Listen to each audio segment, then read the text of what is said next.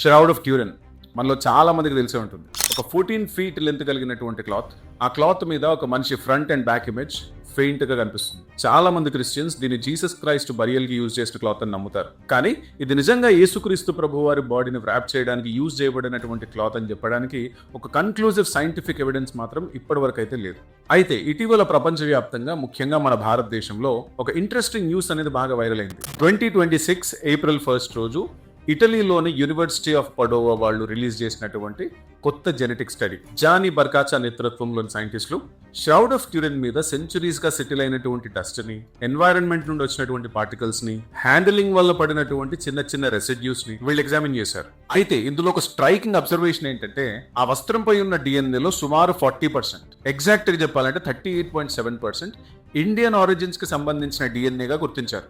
ఇక్కడ ఒక క్లారిటీ అవసరం. డిఎన్ఏ అనేది మన శరీర లక్షణాలను, జెనెటిక్ ఇన్ఫర్మేషన్ ని క్యారీ చేసేటువంటి మాలిక్యూల్ అనే విషయం మనకు తెలుసు.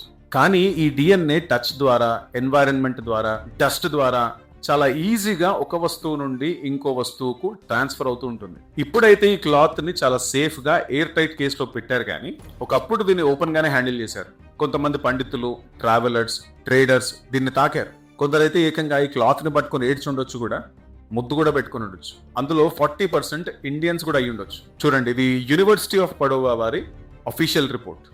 The analysis revealed sequences from at least 14 people of different geographic ancestry based on the Eurasian haplogroups identified, which are common to Western Europe and Northeastern Africa, as well as from the Middle East, the Arabian Peninsula, the Caucasus region, and also rare haplotypes from the Indian subcontinent.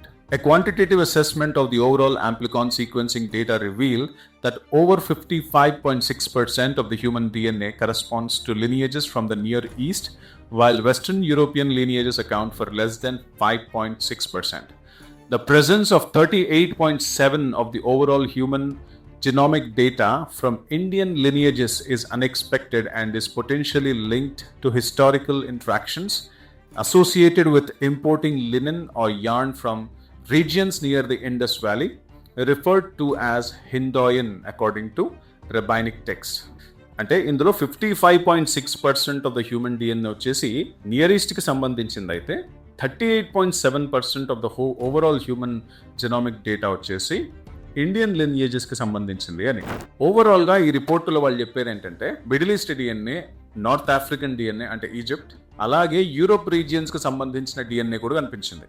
అంటే ఈ cloth ఒకే చోట కాకుండా చాలా ప్రాంతాల్లో ప్రయాణిస్తూ environmental influence కి గురైంది. కాబట్టి ష్రౌడ్ పై ఇండియన్ డిఎన్ఏ కనిపించింది అనే ఒకే ఒక పాయింట్ తీసుకొని అందులో ఉన్న వ్యక్తి ఇండియన్ అని కన్క్లూడ్ చేయడం కానీ, లేదా ఆ వ్యక్తి ఇండియన్ మూలాలకు సంబంధించినటువంటి వ్యక్తి అని కన్క్లూడ్ చేయడం కానీ సైంటిఫికలీ కరెక్ట్ కాదు. వాస్తవానికి బర్కాషియా టీమ్ సైంటిస్ట్ వాళ్లే స్పష్టంగా ఏం చెప్పారంటే ఈ డిఎన్ఏ అనాలిసిస్ అనేది కేవలం క్లాత్ హిస్టరీని మాత్రమే తెలియజేస్తుంది తప్ప అందులో ఉన్న వ్యక్తి యొక్క ఐడెంటిటీని కాదు. ఈ క్లాత్ పైన లభ్యమైనటువంటి మిక్స్డ్ డిఎన్ఏలో నుండి ఒరిజినల్ పర్సన్ యొక్క డిఎన్ఏని వేరు చేయడం అనేది సాధ్యం కాదు అని వాళ్ళు తేల్చి చెప్పారు. ఇది మాత్రమే కాకుండా మరొక పాసిబిలిటీని వాళ్ళు ఏం ప్రపోజ్ చేశారంటే ఈ క్లాత్ కి వాడినటువంటి లినెన్ ఏదైతే ఉందో అది ఏన్షియంట్ ఇండస్ వ్యాలీ సివిలైజేషన్ లో తయారు చేసి ఉండొచ్చు. చూడండి, ఇది అఫీషియల్ రిపోర్టులోనే ఒక portion. The presence of approximately 38.7% of Indian ethnic lineages could have resulted from historical interactions of the Romans importing linen from regions near the Indus Valley associated with the term Hindoyan found in rabbinic texts. Notably, the term shroud derived from the Greek sindon, meaning fine linen, may be related to Sindh, a region renowned for its high-quality textiles. Historical evidence supports trade links between India and the Mediterranean, underscoring the significance of these textiles and inviting further exploration of ancient cultural interactions and trade practices. Indeed, the biblical scholar Laverne stated that the term sindon refers to a fabric of Indian origin valued for its qualities and used for various and multiple purposes. In brief, a reappraisal of those outcomes from the analysis of the DNA traces found on the Shroud of Turin suggests the potential extensive exposure of the cloth in the Mediterranean region and the possibility that the yarn was produced in India. అంటే మన భారతదేశం ఆ టైంలో textile ప్రొడక్షన్లో ముందుండేది కాబట్టి మొదటి నుండి ఆ క్లాత్ని మ్యానుఫ్యాక్చర్ చేసిన కార్మికుల డిఎన్ఏ ఆ క్లాత్ మీద చేరుండొచ్చు అని వాళ్ళు చెప్తున్నారు. ఇకపోతే ఈ వస్త్రం నిజంగానే యేసుక్రీస్తు ప్రభువారి మృతదేహాన్ని చుట్టడానికి వాడిందేనా అంటే దానికి సంబంధించి సైంటిఫిక్ గా ఎలాంటి కన్క్లూజివ్ ఎవిడెన్స్ అనేది లేదు. 1988లో ఈ క్లాత్ పై జరిపిన కార్బన్ డేటింగ్ లో ఇది 1300 AD కాలానికి చెందింది అని సూచించారు. 2022 నుండి 2024 మధ్యలో జరిపినటువంటి wide angle x-ray scattering studies ప్రకారం ఈ క్లాత్ వచ్చేసి 1st సెంచరీ అంటే అరౌండ్ 50 ADకి సంబంధించింది ఉండొచ్చు అని సూచించారు. అయితే ఈ ష్రౌడ్ యొక్క ఏజ్ ఏదైనా కావచ్చు, 1300 AD అయినా కావచ్చు లేదా 50 AD అయినా కావచ్చు. క్రిస్టియన్ ఫెయిత్ అనేది ఈ ష్రౌడ్ మీద ఆధారపడి లేదు.